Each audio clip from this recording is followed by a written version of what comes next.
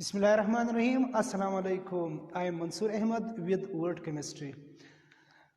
आज जो मेरा टॉपिक है वो केनेज़ारो रिएक्शंस के मुतालिक है। तो आज हम इंशाल्लाह पढ़ेंगे कि केनेज़ारो रिएक्शंस क्या होता है, फिर इसका हम डेफिनेशन लिखेंगे, इसका जनरल रिएक्शन लिखेंगे, फिर इसका मैकेनिज़्म लिखेंगे। इसके बाद फिर क्रॉस्ड केनेज़ारो रिएक्शंस क्या होता है और लास्ट में इंटरनल केनेज़ारो रिएक्शंस क्या होता है। तो आए हम स्टार्ट करते हैं अभी अपना टॉपिक। आज का जो टॉपिक है वो केनेज़ारो रिएक्शंस के मुतालिक है। केनेज़ारो रिएक्शन, इस रिएक्शंस का जो दूसरा नाम है वो डिसप्रोपोर्शनेशन रिएक्शन है। क्या है इसका दूसरा नाम? Disproportionation reaction. डिसप्रोपोर्शनेशन रिएक्शन से मुराद क्या है? एक ऐसा रिएक्शन जिसके अंदर साइमल्टेनियसली यानी एट अ टाइम ऑक्सीडेशन भी हो रहा है और रिडक्शन भी हो रहा है। तो डिसप्रोपोर्शनेशन से मुराद सेल्फ ऑक्सीडेशन एंड रिडक्शन। यहाँ पे मैं लिखता हूँ डिसप्रोपोर्शनेशन से मुराद क्या है? Self oxidation and reduction. ये इसका क्या है? मीनिंग है। अब इसके अंदर यानी केनेज़ारो रिएक्शंस के अंदर भी क्या साइमल्टेनियसली एट अ टाइम जो है ऑक्सीडेशन भी हो रहा है और रिडक्शन भी हो रहा है। जनरल रिएक्शंस के जरिए फिर मैं इसको एक्सप्लेन करूंगा। तो सबसे पहले मैं क्या लिखूंगा? केनेज़ारो रिएक्शंस का डिफिनेशन लिखूंगा। देखो, जो केनेज़ारो रिएक्शन है ये बुनियादी तौर पर एल्डिहाइड का रिएक्शन है। किसका? सिर्फ और सिर्फ एल्डिहाइड का रिएक्शन है। और एल्डिहाइड के अंदर भी सिर्फ वो एल्डिहाइड्स जिसके पास कोई अल्फा हाइड्रोजन एटम मौजूद न हो। सो ये जो रिएक्शंस है ये सिर्फ और सिर्फ एल्डिहाइड्स के अंदर होगा, और वो भी सिर्फ उन एल्डिहाइड्स के अंदर जिसके अंदर कोई अल्फा हाइड्रोजन एटम मौजूद न हो। तो क्या होगा इसका definition? Those aldehydes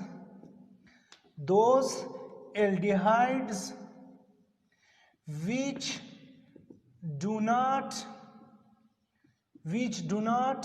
have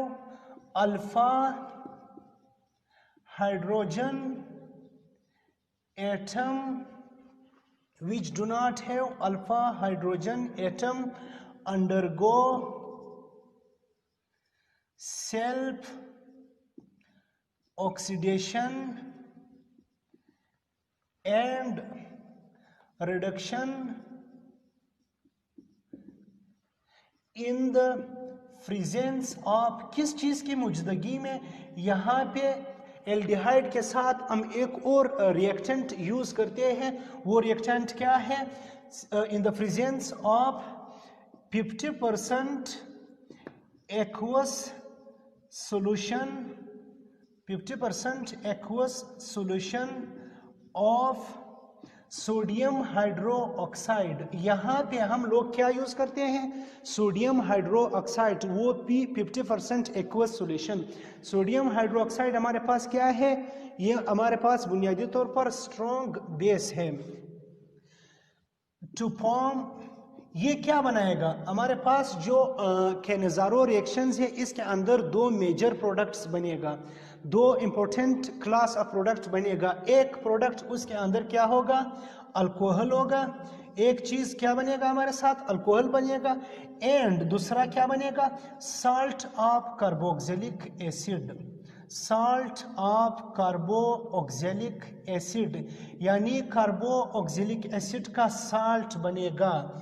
this is called Cannizzaro reaction. देखो डेफिनेशन क्या होगा? Those aldehydes which do not have alpha hydrogen. First concept यहाँ पे क्या आता है? Alpha hydrogen atom. Alpha hydrogen atom से क्या मुराद है? We will discuss here. Undergo self oxidation and reduction, यहाँ पे ऑक्सीडेशन और रिडक्शन का प्रोसेस होगा। We will explain it through the general reaction. In the presence of 50% aqueous solution of sodium hydroxide, यानी सोडियम हाइड्रोक्साइड का solution aqueous solution हमने लेना है, इसको हमने रिएक्ट करवाना है किसके साथ? एल्डिहाइड्स के साथ, वो भी ऐसे एल्डिहाइड जिसके अंदर कोई अल्फा हाइड्रोजन एटम मौजूद न हो। वो क्या बनाएगा हमारे पास? एक प्रोडक्ट अल्कोहल बनाएगा और दूसरा प्रोडक्ट जो है सॉल्ट ऑफ कार्बोक्सिलिक एसिड बनाएगा। This is the definition of Cannizzaro reactions। ये definition है, आप लोग इसको नोट कर लो। अभी मैं इसका क्या लिखूंगा? जनरल रिएक्शन लिखूंगा। जनरल रिएक्शंस क्या है इसका? ये जो एल्डिहाइड, ये बुनियादी तौर पर एल्डिहाइड का रिएक्शन है। यहाँ पे अल्फा हाइड्रोजन एटम का न होना ज़रूरी है। दूसरे साइड पर जो अल्डोल कंडेंसेशन रिएक्शंस है वहाँ पे अल्फा हाइड्रोजन एटम का होना ज़रूरी है। तो हम लोग डिस्कस करेंगे कि इसके अंदर अल्फा हाइड्रोजन एटम का होना क्यों ज़रूरी नहीं है। यहाँ पे अल्फा हाइड्रोजन अगर हमारे पास हो तो फिर क्या होगा, अगर हमारे पास न हो फिर क्या होगा। तो मैं लिखूँगा इसका जनरल रिएक्शन। जनरल रिएक्शंस को देखते हैं हम लोग। इसका जनरल रिएक्शंस, यहाँ पे जनरल रिएक्शंस से पहले मैं एक चीज़ आप लोगों को बताना चाहता हूँ कि अल्फा हाइड्रोजन से क्या मुराद है। अल्फा हाइड्रोजन देखो, यहाँ पे सपोज मैं क्या लेता हूँ, एक functional group C double bond O, this is called carbonyl group. C double bond O को ऑर्गेनिक केमिस्ट्री के अंदर क्या हम लोग बोलते हैं? Carbonyl group, C double bond O। अगर कार्बोनाइल ग्रुप के इस साइड पर क्या आ जाए? सिंपल R आ जाए या हाइड्रोजन एटम आ जाए, यानी कार्बोनाइल कार्बन के एक साइड पर अगर R या हाइड्रोजन एटम आ जाए और दूसरे साइड पर क्या आ जाए? Hydrogen atom. दूसरे साइड पर क्या आ जाए? Hydrogen atom, then it is called aldehyde. ये फिर हमारे पास क्या है? एल्डिहाइड। एल्डिहाइड की पहचान क्या है कि कार्बोनाइल ग्रुप के एक साइड पर ऑलवेज हमेशा हाइड्रोजन एटम का होना क्या है?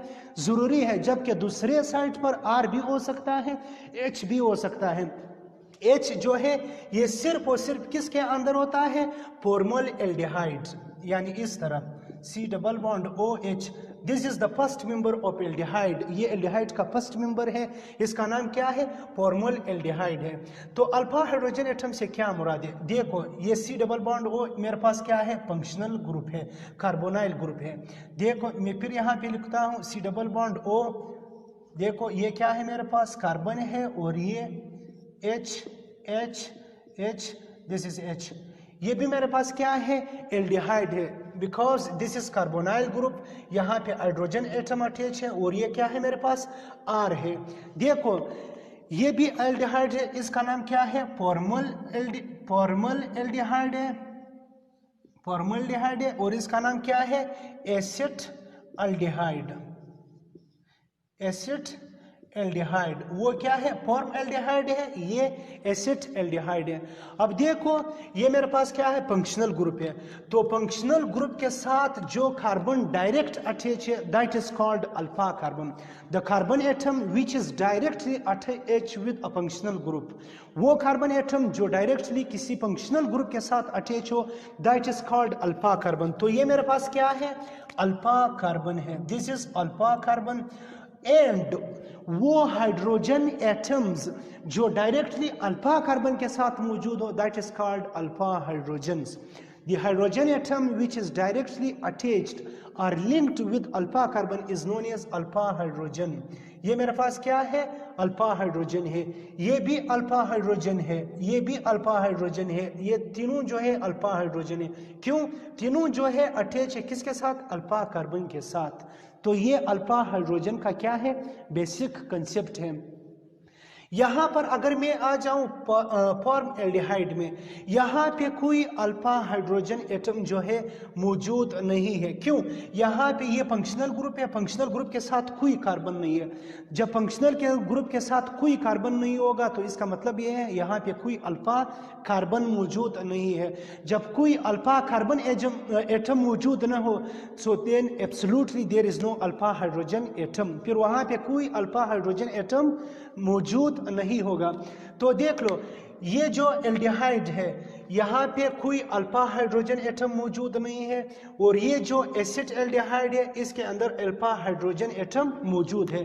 तो केनाज़ेरो रिएक्शंस जो है ये सिर्फ और सिर्फ इस तरह के जो एल्डिहाइड्स होते हैं जिनके पास कोई अल्फा हाइड्रोजन एटम मौजूद ना हो, ये सिर्फ और सिर्फ इस तरह के कंपाउंड्स के अंदर पॉसिबल है, और यहाँ पर ये पॉसिबल नहीं है। यहाँ पे क्या है, अल्फा हाइड्रोजन एटम मौजूद है। जब किसी कंपाउंड के अंदर, यानी किसी कंपाउंड से मुराद एल्डिहाइड या कीटोन्स, अगर किसी एल्डिहाइड या कीटोन्स के अंदर अल्फा हाइड्रोजन एटम मौजूद हो तो फिर वो केनाज़ेरो रिएक्शंस के बजाय अल्डोल कंडेंसेशन रिएक्शंस को क्या करता है, शो करता है।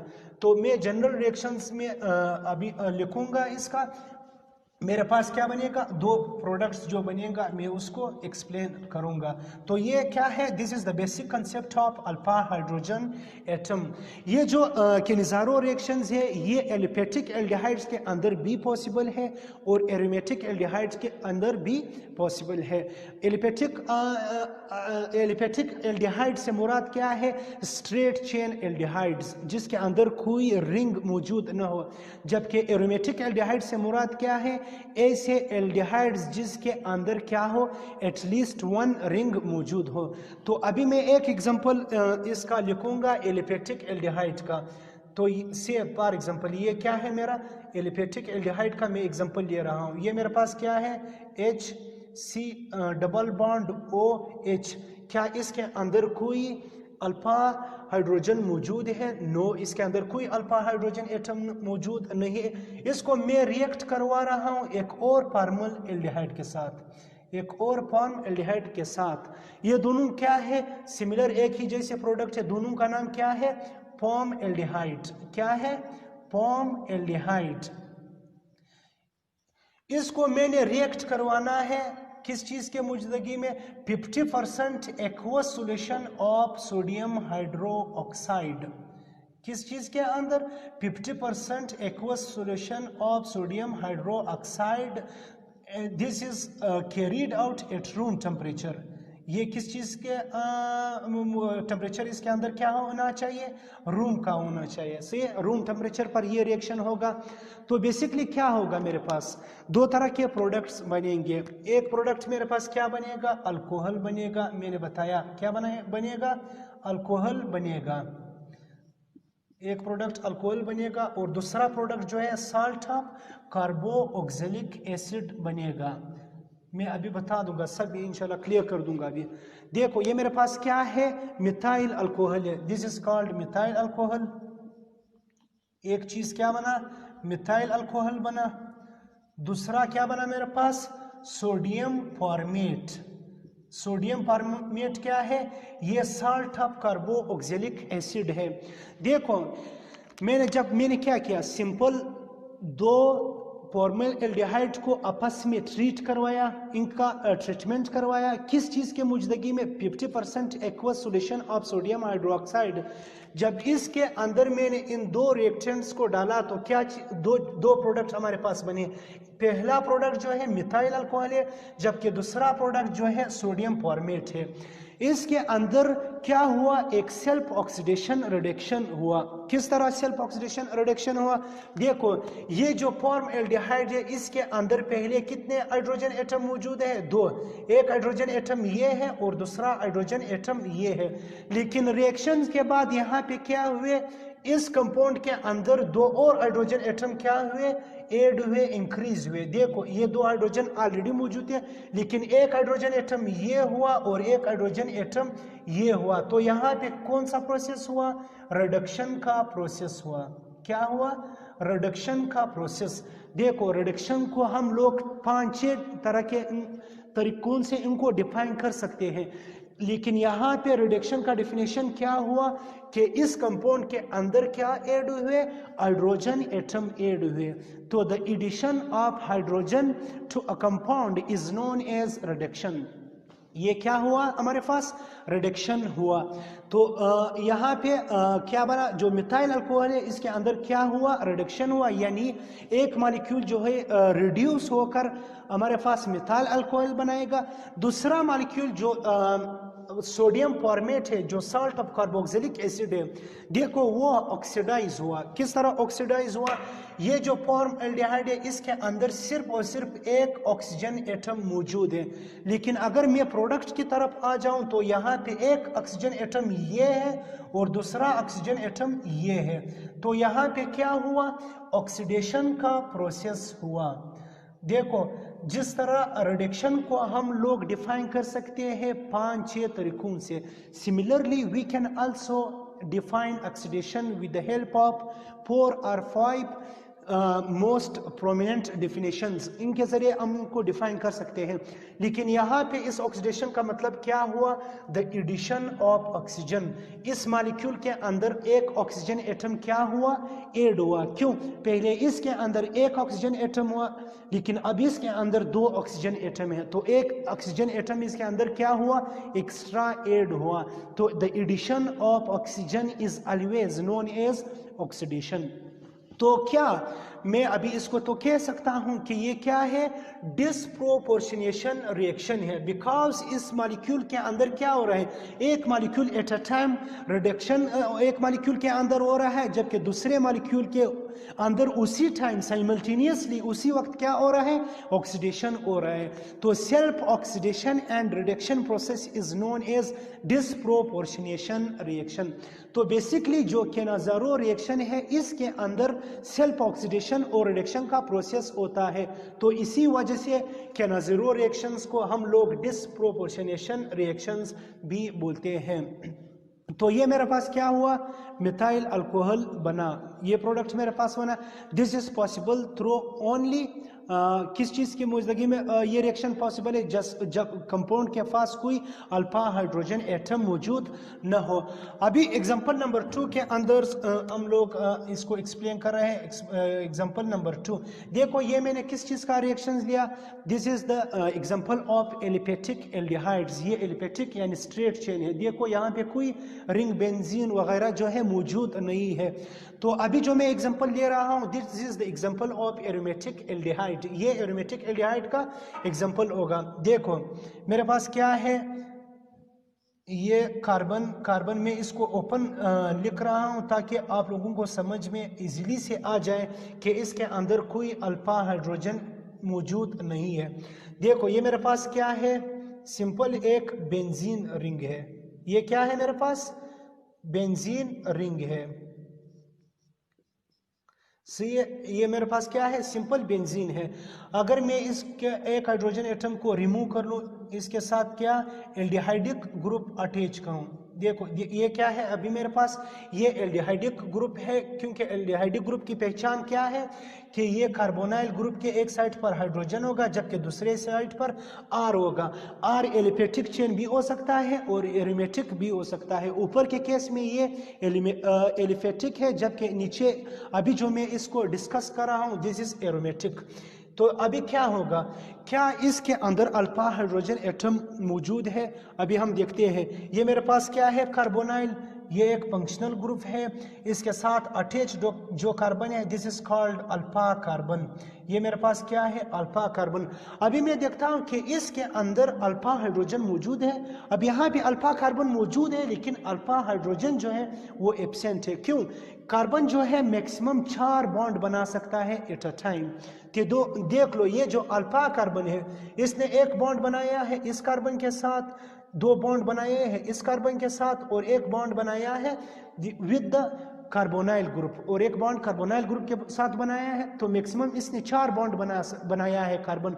अब 4 बॉन्ड के अलावा 5 बॉन्ड ये नहीं बना सकता है। क्यों? फिर ये अनस्टेबिलिटी जो है वो क्रिएट होगा। तो ये मेरे पास क्या है? एरोमेटिक एल्डिहाइड्स है। इसके अंदर भी कोई अल्फा हाइड्रोजन एटम मौजूद नहीं है। जब इसके अंदर अल्फा हाइड्रोजन एटम मौजूद न हो तो फिर ये ज़रूर क्या शो करेगा? केनाज़ारो रिएक्शन शो करेगा। तो मैं इसको ट्रीट कर रहा हूँ एक और एल्डिहाइड, एरोमेटिक एल्डिहाइड के साथ। देखो ये वही कंपाउंड है, मैं इसको इस तरह लिख रहा हूँ। यहाँ पे मैंने कार्बन एटम्स शो किए ताकि आप लोगों को मैं वाज़े ये बता दूँ कि यहाँ पे कोई अल्फा हाइड्रोजन एटम मौजूद नहीं है। ये वही कंपाउंड है, ये क्या है? बिल्कुल वही कंपाउंड है। इस कंपाउंड का नाम क्या है? This is called Benz aldehyde. क्या? Benz aldehyde. बेंज से मुराद बेंजीन है, एल्डिहाइड से मुराद एल्डिहाइडिक ग्रुप है। यानी एल्डिहाइडिक ग्रुप जो है वो डायरेक्टली अटैच है किसके साथ? बेंजीन के साथ। So this then it is called Benz aldehyde. उसी तरह रिएक्शंस होगा, क्या होगा मेरे पास? मैंने 50% एक्वस सॉल्यूशन लेना है किस चीज का? सोडियम हाइड्रो ऑक्साइड का। सोडियम हाइड्रो ऑक्साइड का मैंने क्या लिया? 50% एक्वस सॉल्यूशन लिया। मेरे पास उसी तरह दो कंपाउंड्स बनेंगे, एक अल्कोहल, दूसरा साल्ट ऑफ कार्बोक्सिलिक एसिड बनेगा। देखो ये जो अल्कोहल था ये एलिफेटिक अल्कोहल था, और वो साल्ट ऑफ कार्बोक्सिलिक एसिड भी एलिफेटिक था, क्योंकि रिएक्टेंट क्या थे मेरे पास? एलिफेटिक थे।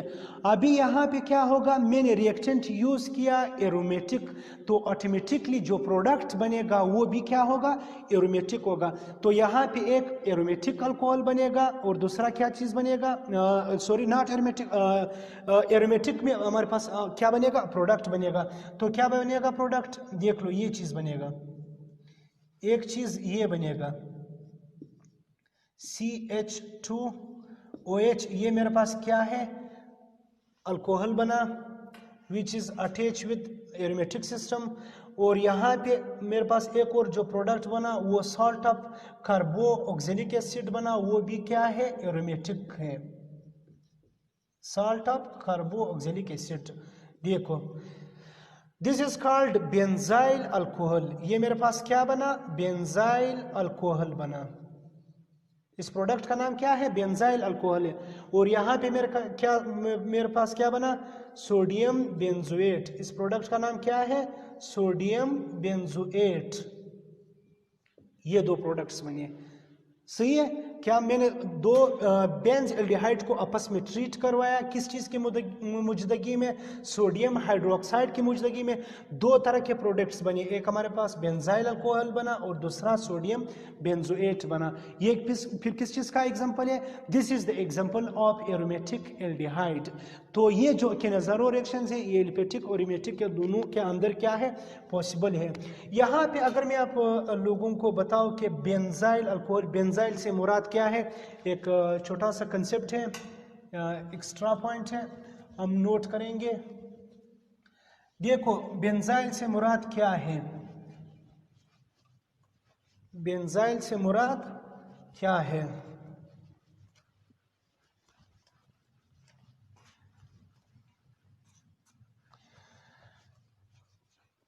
देखो यहाँ पे क्या है? एक लफ्ज जो है मेरे पास क्या है? बेंजाइल है, जो अभी बेंजाइल अल्कोहल बना। क्या है मेरे पास? एक लफ्ज जो है बेंजाइल है, दूसरा लफ्ज जो है बेंजल है, और थर्ड जो है मेरे पास क्या है? बेंजो है। इनके बीच में डिफरेंस होता है। क्या है? डिफरेंस है। देखो मैंने अभी बताया ये मेरे पास क्या है? ये एक बेंजीन है, बेंजीन है। ये कंपाउंड किस चीज का है? बेंजीन है। अगर बेंजीन के साथ डायरेक्ट CH3 अटैच हो जाए, नाउ दिस इज कॉल्ड टॉलिन। अब ये क्या बना मेरे पास? टॉलिन बना। टॉलिन क्या है? सिंपल, जब बेंजीन के साथ एक CH3 ग्रुप अटैच हो जाए, यानी मिथाइल ग्रुप अटैच हो जाए, then it is called toluene. ये मेरे पास क्या बना? टॉलिन। अब बेंजाइल से मुराद क्या है? बेंजाइल से मुराद सिंपल, अगर मैं एक हाइड्रोजन एटम टॉलिन का क्या करूं? रिमूव करूं, रिप्लेस करूं किसी और एटम या ग्रुप ऑफ एटम के जरिए, तो then it is called benzyl. अगर बेंजाइल क्या है? Benzyl when one hydrogen atom of the toluene is replaced then it is called benzyl। फिर इससे हम लोग क्या बोलते हैं? बेंजाइल। बेंजाइल से मुराद क्या है? फॉर एग्जांपल ये मेरे पास क्या है? टॉलिन है, टॉलिन का CH3 है, मैंने एक हाइड्रोजन एटम इससे रिमूव किया तो ये चीज बना। Now this is called benzyl. अगर मैं इसके साथ OH को अटैच करूं, now this is called benzyl alcohol. फिर ये क्या बनेगा? बेंजाइल अल्कोहल बनेगा। वो जो मेरे पास जो प्रोडक्ट बना वो यही बेंजाइल अल्कोहल है। अगर मैं यहाँ पे OH के बजाय क्लोरीन को अटैच करूं, then it is called benzyl chloride. ये डिफेंड करता है यहाँ पे जो रिएक्टेंट जो सब्स्टिट्यूएंट अटैच होता है। तो बेंजल से फिर क्या मुराद है? अगर मैं टॉलिन के जो मालिक्यूल है, अगर मैं इससे 2 हाइड्रोजन एटम को क्या करूं, रिमूव करूं, then it is called benzal. Benzal means when 2 hydrogen atom of the toluenes are replaced. Similarly benzo से फिर क्या मुराद है, बेंजो से मुराद ये है कि अगर मैं टाउलिन के जो मालिक्यूल है इससे अगर मैं तीनों हाइड्रोजन एटम को क्या करूं, रिमूव करूं, then it is called benzo. तो मेरे पास फिर ये क्या बनेगा, बेंजो. एक एक्स्ट्रा पॉइंट है, आप लोगों ने इसको नोट करना है. अभी मैं जो मैंने रिएक्शन नंबर 1 एलिफेटिक एल्डिहाइड्स का लिखा, अभी मैं इसका मैकेनिज्म एक्सप्लेन करूंगा कि इसका मैकेनिज्म क्या है. तो देखो, ये जो मैंने प्रोडक्ट जो रिएक्शन लिखवाया, रिएक्शन नंबर 1, उसी को आप लोग देख लो. ये क्या है मेरे पास, मैंने बताया कि मैं अगर फॉर्म एल्डिहाइड को रिएक्ट करवाऊं किस चीज़ की मौजूदगी में, सोडियम हाइड्रोक्साइड की मौजूदगी में, तो मेरे पास एक चीज़ क्या बनेगा, अल्कोहल बनेगा, सी मिथाइल अल्कोहल. दूसरा मेरे पास क्या बनेगा, salt of carboxylic acid, salt of carboxylic acid बनेगा. सही है. अभी देख लो इस रिएक्शंस का मैकेनिज्म किस तरह होगा. मैकेनिज्म इस रिएक्शंस का बहुत ही इजी मैकेनिज्म है, जो सिर्फ और सिर्फ 3 स्टेप्स में ये जो मैकेनिज्म है ये कंप्लीट होता है. देखो स्टेप नंबर 1 में क्या होता है, फॉर्मेशन ऑफ एनाइन या ऑक्साइड आइन. स्टेप नंबर 1 में क्या बनेगा, फॉर्मेशन ऑफ एनाइन, यानी एनाइन या ऑक्साइड आइन बनेगा. देखो किस तरह होगा, मैंने जो सोडियम हाइड्रोक्साइड लिया है, जो सोडियम हाइड्रोक्साइड जो हमारे पास क्या है, बेस है, ये सबसे पहले H2O के मदद से क्या होगा, आयनाइज होगा. एक चीज सोडियम बनेगा, सोडियम आयन बनेगा, दूसरा हाइड्रोक्साइड आयन बनेगा. अब ये जो हाइड्रोक्साइड आयन है ये हमारे पास क्या है, ये अभी काम करेगा बतौर न्यूक्लियोफाइल. ये अभी क्या करेगा, बतौर न्यूक्लियोफाइल काम करेगा. देखो हम लोग अमूमन कंफ्यूज होते हैं कि न्यूक्लियोफाइल और बेस के बीच में क्या डिफरेंट होता है. OH हमने कई रिएक्शंस के अंदर ये ऑब्जर्वेशन किया है कि OH कभी जो है बतौर न्यूक्लियोफाइल यूज होता है, कभी बतौर बेस यूज होता है. तो इनके बीच में एक डिफरेंस है. डिफरेंस ये है, OH नेगेटिव यानी जो हाइड्रोक्साइड आयन है ये उस टाइम बतौर बेस काम करेगा जब ये किसी प्रोटॉन के ऊपर क्या करे, अटैक करे, यानी क्या करे, अटैक करे, प्रोटॉन यानी हाइड्रोजन के ऊपर अटैक करे. अगर OH नेगेटिव जो हाइड्रोक्साइड हमारे पास मौजूद है, अगर इसने अटैक किया किसी कार्बन के ऊपर, then it works as a nucleophile. फिर ये किस चीज़ के बतौर काम करेगा, न्यूक्लियोफाइल काम करेगा. तो अभी भी ये जो OH नेगेटिव है ये काम करेगा बतौर न्यूक्लियोफाइल, क्योंकि ये अटैक करेगा किस चीज़ के ऊपर, कार्बन के ऊपर, नॉट प्रोटॉन और हाइड्रोजन. तो क्या होगा इसका रिएक्शंस, मेरे पास जो OH नेगेटिव है it will attack on the form aldehyde. ये पॉम एल्डिहाइड का जो मॉलिक्यूल है इसके ऊपर क्या करेगा, अटैक करेगा. क्या होगा, ये जो OH नेगेटिव है ये आकर इसके ऊपर क्या करेगा, अटैक करेगा. जब ये इसके ऊपर अटैक करेगा तो कार्बन ने पहले से ऑलरेडी 4 बॉन्ड्स बनाए, अगर ये इसके साथ अटैच हो तो ये 5 बॉन्ड फिर यहाँ पे बनेगा. This will create an instability condition for the carbon. तो ज़रूर फिर क्या करना, ये जो कार्बन और ऑक्सीजन के जो बीच में जो डबल बॉन्ड है ये क्या होगा, ये टूट हो जाएगा. जब ये टूट जाएगा तो क्या चीज़ बनेगा, नाउ ये चीज मेरे साथ बनेगा HO नेगेटिव हाइड्रोजन, ये प्रोडक्ट OH ने अटैक किया, ये चीज बना. Now this is called A9. ये क्या है, एनाइन है. एनाइन से मुराद नेगेटिव चार्ज, क्योंकि इस कंपाउंड के ऊपर अभी क्या है, नेगेटिव चार्ज है. या इसे हम लोग ऑक्साइड आयन भी बोलते हैं. ऑक्साइड आयन से मुराद जब भी किसी ऑक्सीजन के ऊपर नेगेटिव चार्ज आ जाए then it is called oxide ion. यहाँ पे ऑक्सीजन के ऊपर क्या है, नेगेटिव चार्ज है। अगर ऑक्सीजन के ऊपर पॉजिटिव चार्ज आ जाए then it is called oxonium ion. सही है, यहाँ पे ऑक्सीजन के ऊपर नेगेटिव चार्ज है तो ये क्या होगा, ऑक्साइड आयन होगा। This is step number 1। Simple step number 1 क्या है, ये जो OH है ये अटैक करेगा इस कार्बन के ऊपर। जब ये कार्बन के ऊपर अटैक करेगा तो ये बॉन्ड टूट जाएगा, हमारे पास नेगेटिव चार्ज आएगा।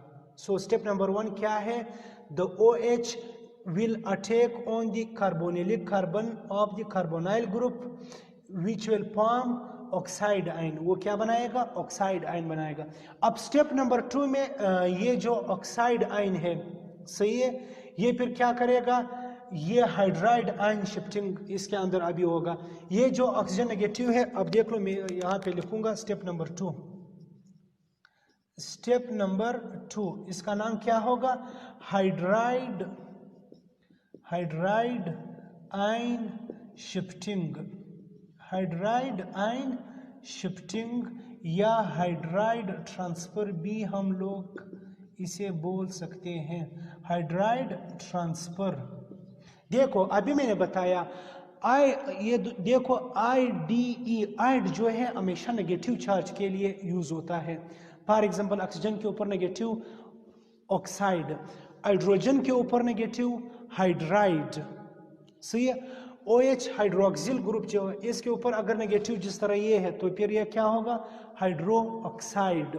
सही है, तो यहाँ पे क्या होगा, H नेगेटिव बनेगा। किस तरह बनेगा, देखो ये जो कंपाउंड, ये जो नेगेटिव आयन है हमारे पास, ऑक्सीजन नेगेटिव OH, सही है, प्लस अभी हमारे पास कंटेनर के अंदर तो फॉर्मल्डिहाइड के 1-2 मॉलिक्यूल्स नहीं है, हमारे पास बहुत सारे मॉलिक्यूल्स पड़े हुए।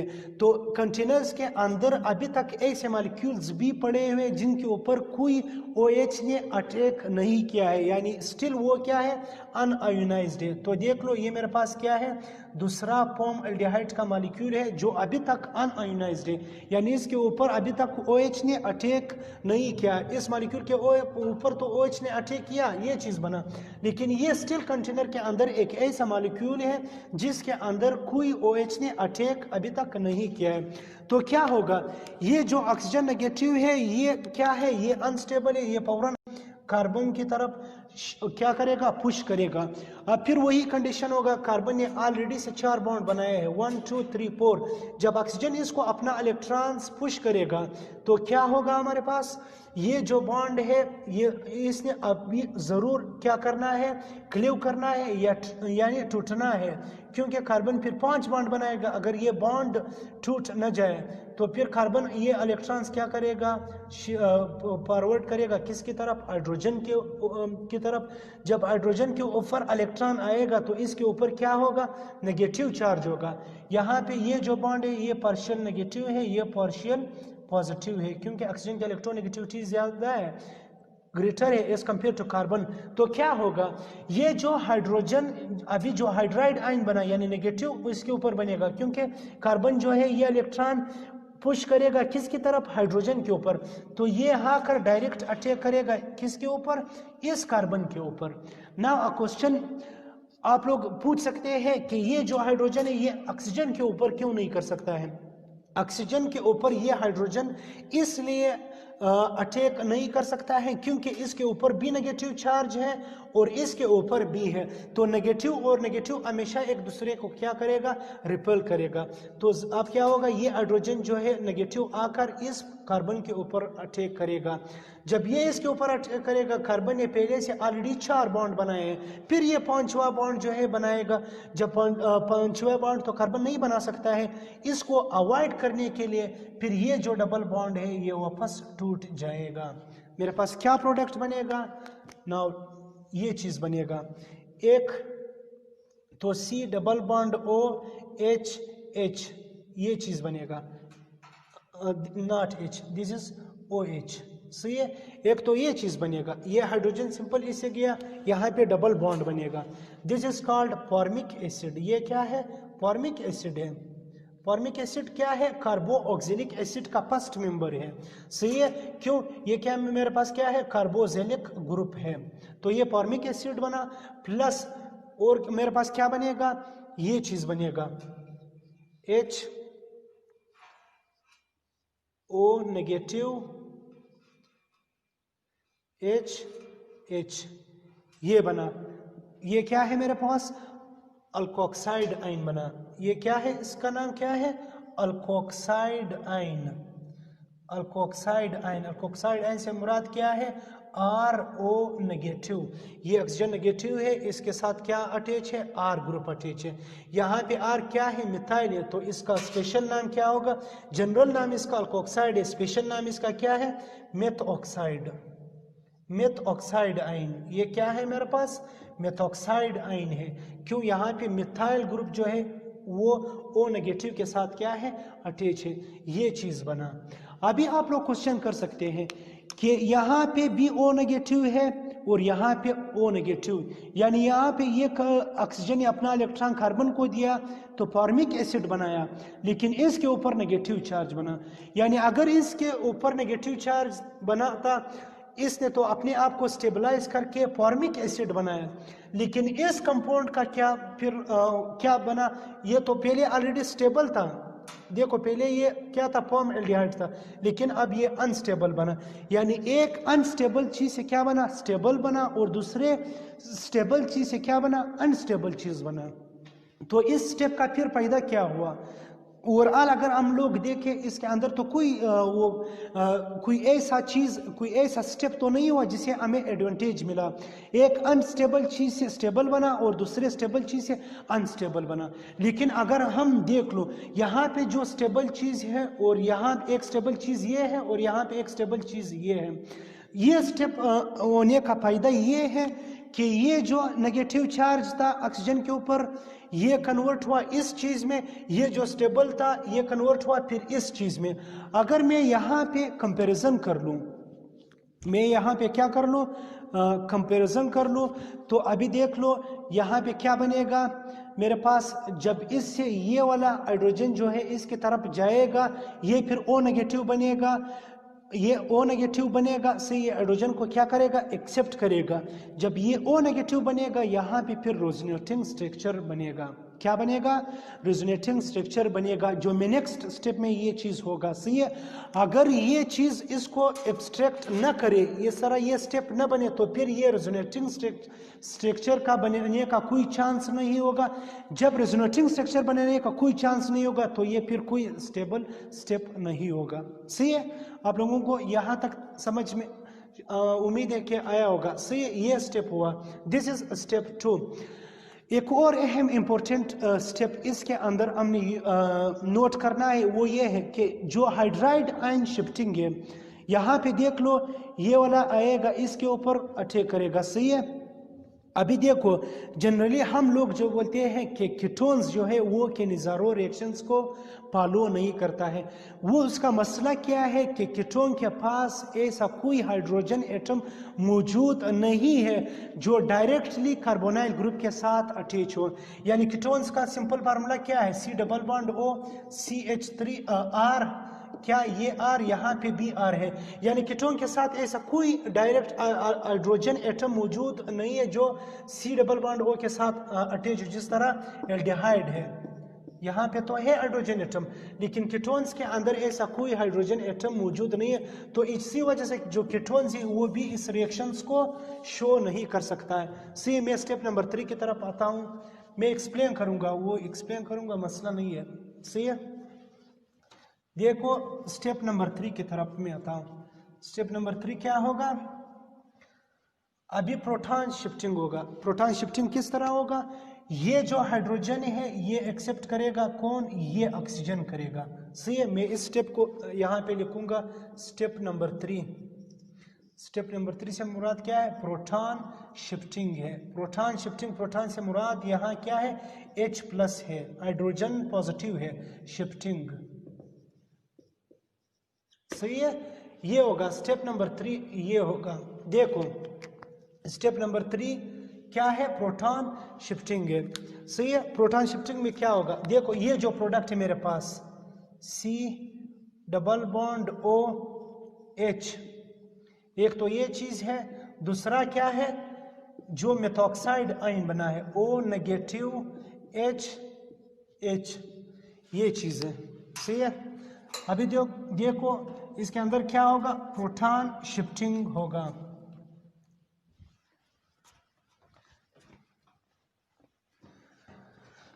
प्रोटॉन शिफ्टिंग कुछ यूं होगा, ये जो O नेगेटिव है, now this will directly attack on this hydrogen atom. ये क्या है, ये नेगेटिव है और ये पॉजिटिव है। सही है, ये इसके ऊपर अटैक करेगा तो मेरे पास क्या बनेगा, एक चीज बनेगा O negative, this is format ion, plus क्या बनेगा, मिथाइल अल्कोहल OH, ये मेरे पास क्या बना, this is called format ion. ये क्या बना, फॉर्मेट आयन।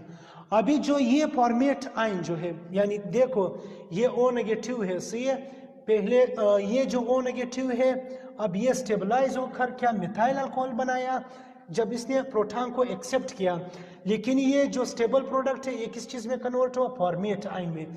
तो इस पॉइंट का मतलब ये है कि ये जो फॉर्मेट आयन है, this is more stable as compare to methoxide ion. Formate ion क्या है, स्टेबल है as compare to methoxide ion. इसका रीजन क्या है कि इसके अंदर क्या है, रेजोनेंस पॉसिबल है, क्योंकि रेजोनेंस के जो कंडीशंस है उनके एक कंडीशंस में ये भी कंडीशंस है कि अगर डबल बॉन्ड फिर सिंगल बॉन्ड फिर नेगेटिव चार्ज आ जाए उसी टाइम फिर रेजोनेंस क्या है, पॉसिबल है। तो ये क्या है मेरे पास, ये डबल बॉन्ड है, फिर ये क्या है मेरे पास, सिंगल बॉन्ड है, और ये क्या है, नेगेटिव चार्ज है। तो इसके अंदर क्या पॉसिबल है, रेजोनेंस पॉसिबल है। तो रेजोनेंस पॉसिबल होने की वजह से यहाँ पे क्या है, this is more stable as compare to this one. तो इसी वजह से ये जो फॉर्मिक एसिड है, इसने कुर्बानी दी, इसने हाइड्रोजन को क्या किया, रिलीज किया। किसने इसके ऊपर अटैक किया, इस ऑक्सीजन ने। तो इसने अपने आप को क्या किया, हाइड्रोजन को रिलीज किया, इसको दिया कि ये कंपाउंड कह रहा है कि आप स्टेबल हो जाओ, मैं तो फिर भी गुजारा कर सकता हूँ। क्यों, क्योंकि इसके अंदर क्या है, रेजोनेंस जो है वो पॉसिबल है, रेजोनेंस होगा। तो ये मेरे पास क्या बना, दिस इज मिथाइल अल्कोहल, एक प्रोडक्ट क्या बना, मिथाइल अल्कोहल बना। अब साल्ट ऑफ कार्बोक्सिलिक एसिड जो है वो क्या है, रहता है। तो ये जो फॉर्मेट आयन है, डबल बॉन्ड O नेगेटिव, ये जो फॉर्मेट आयन है, शुरू में जो सोडियम हाइड्रोक्साइड स्टेप नंबर 1 में जो आयनाइज हुआ था, सोडियम हाइड्रोक्साइड जो आयनाइज हुआ था, यानी सोडियम प्लस OH नेगेटिव जो बना था, वो OH ये जो OH है, ये तो फर्स्ट स्टेप में इसने कार्बन के ऊपर अटैक किया था, ये तो यूज हुआ था। लेकिन जो N प्लस था वो स्टिल जो है वो रहता है। तो ये N प्लस जो है वो इसके साथ क्या होगा, मिलेगा, ये क्या बनाएगा, HC डबल बॉन्ड ON, ये क्या है, साल्ट ऑफ कार्बोक्सिलिक एसिड है, this is called sodium format. तो हमारे पास ये क्या बनेगा, सोडियम फॉर्मेट बनेगा। ये इस रिएक्शन का क्या है, मैकेनिज्म है।